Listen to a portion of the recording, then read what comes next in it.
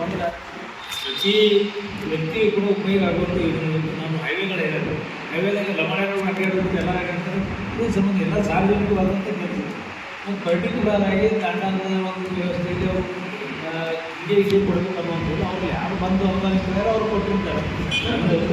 ರಾಜಕೀಯವಾಗಿ ಭಾಳಷ್ಟು ಜನರಿಗೆ ರಾಜಕಾರಣದಲ್ಲಿ ಬೆಳೆಸಿದ್ದಾರೆ. ಉದಾಹರಣೆಗೆ ನಮ್ಮ ಎಂ ಪಿ ಅನ್ನೋದು ಜಿಲ್ಲಾ ಪಂಚಾಯತ್ ಅಧ್ಯಕ್ಷರು ಆಮೇಲೆ ರಾಮ ಅನ್ನುವಂಥವ್ರು ಈಗ ರಾಮರಾಜ ವ್ಯಕ್ತಿ ಇನ್ನೂ ಭಾಳಷ್ಟು ಸಂಪರ್ಕದಲ್ಲಿ ಭಾರತೀಯ ಜಿಲ್ಲಾ ಪಂಚಾಯತ್ ಮೆಂಬರ್ ಅವರು ನಮ್ಮ ಸರ್ವೇಶ್ವರಿ ಸಾಹೇಬ್ ಶಿಕ್ಷೆ ಆರ್ಕೆ ಮಾಡೋದು ಕೂಡ ದಳದಲ್ಲಿದ್ದಾಗ ಅವ್ರು ಬೆಳೆಸೋದು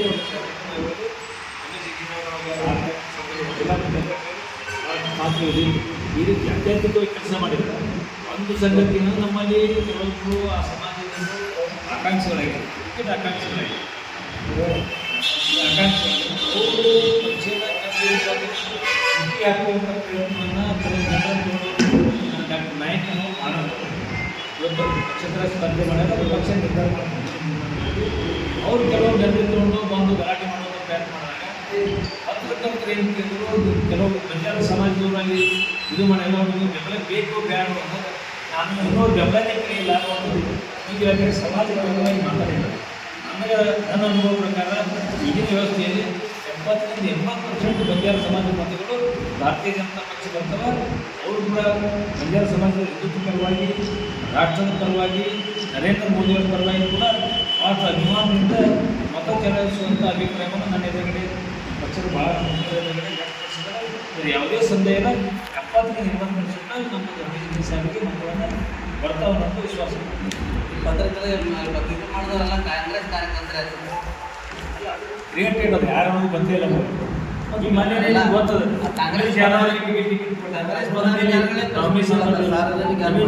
ಕೂಡ ಅಲ್ಲಿ ಹೋಗಿ ನಾಮಿನೇಷನ್ ಮಾಡಬೇಕು. ಬಾಧ್ಯವಾದ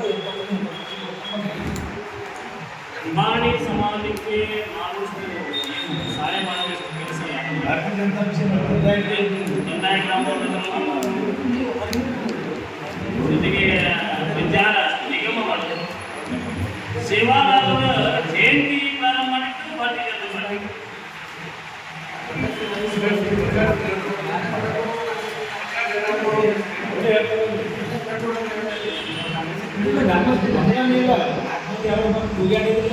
ಅವ್ರು ಯಾರು ಗೊತ್ತಿರೋ ತಂದೆ ಕರೆಯೋದು ಅವ್ರು ಯಾರು ಗೊತ್ತಿಲ್ಲ ಯಾರಿಗೆ